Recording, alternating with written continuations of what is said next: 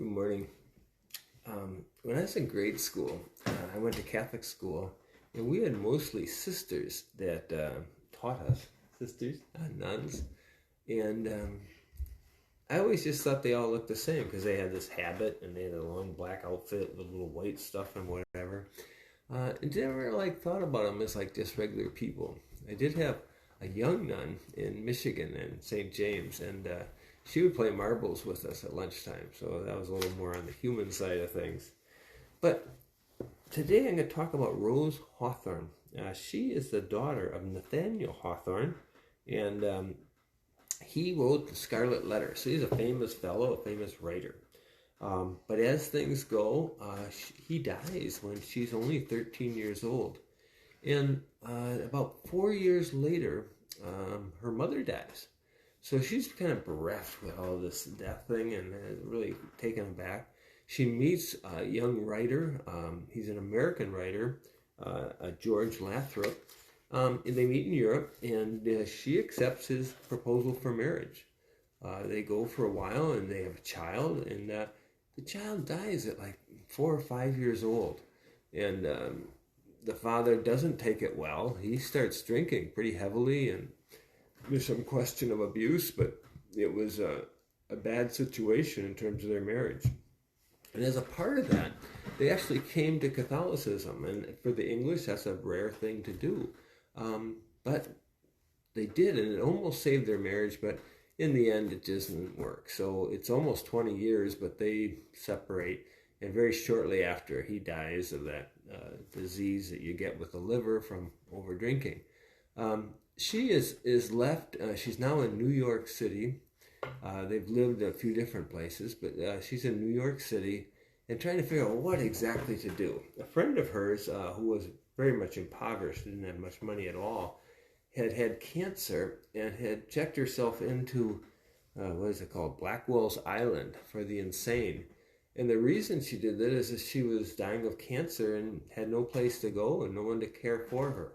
At that time, now you got to realize, the thing that cures cancer. It's chemotherapy. That wasn't really invented until 1960. It was the first time they did this. So this is well before that. She is born in 1851 and she dies in 1926. So when people had cancer, it was that's death. And to a large extent, people didn't know if it was catchy or not. So you were not allowed to be in a hospital when you're suffering from these terrible ailments as a result of cancer. So what she did is she found a hospital that was actually trying to work on it in New York City and took training to be a nurse. So she then, with this idea, went and started helping people. So she went and stayed with people who had cancer and were dying, and just worked out incredibly well. She didn't take any payment from them at all. She took donations from her friends. And then, as things would have it, she was would take people into her apartment and eventually got a house and took it into her. And she had a friend of hers. I'm not sure if I have the name of the gal's friend that joined her in this.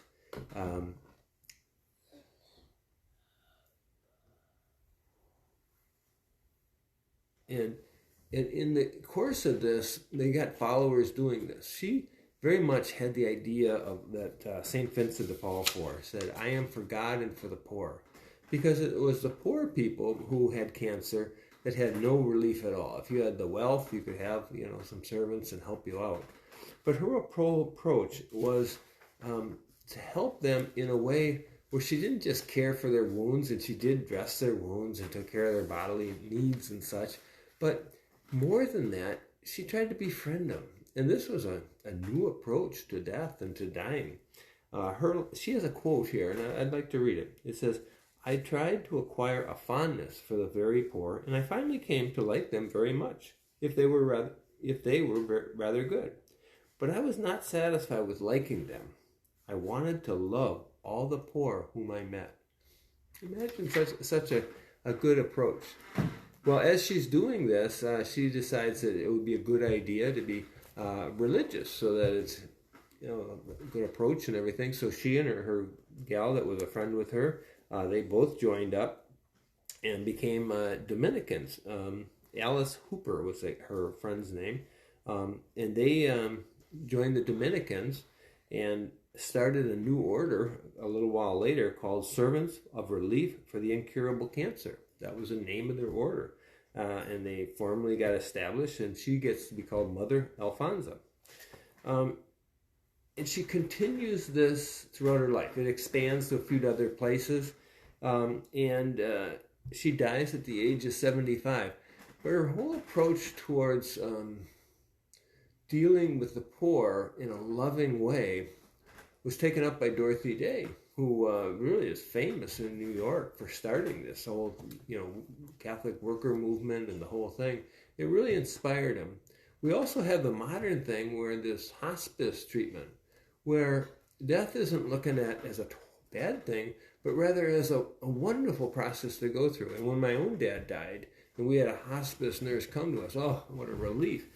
Because as caregivers, you exhaust yourself. You just can't be on 24 hours a day.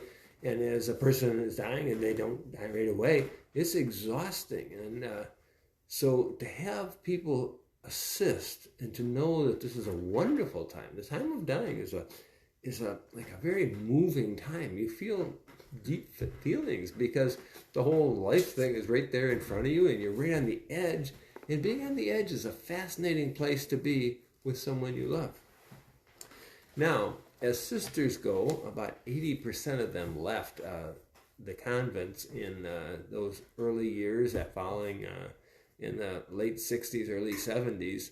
And so her order that she started, it gotten quite large, but now it's shrunk down a bit. They still have some facilities that are operating.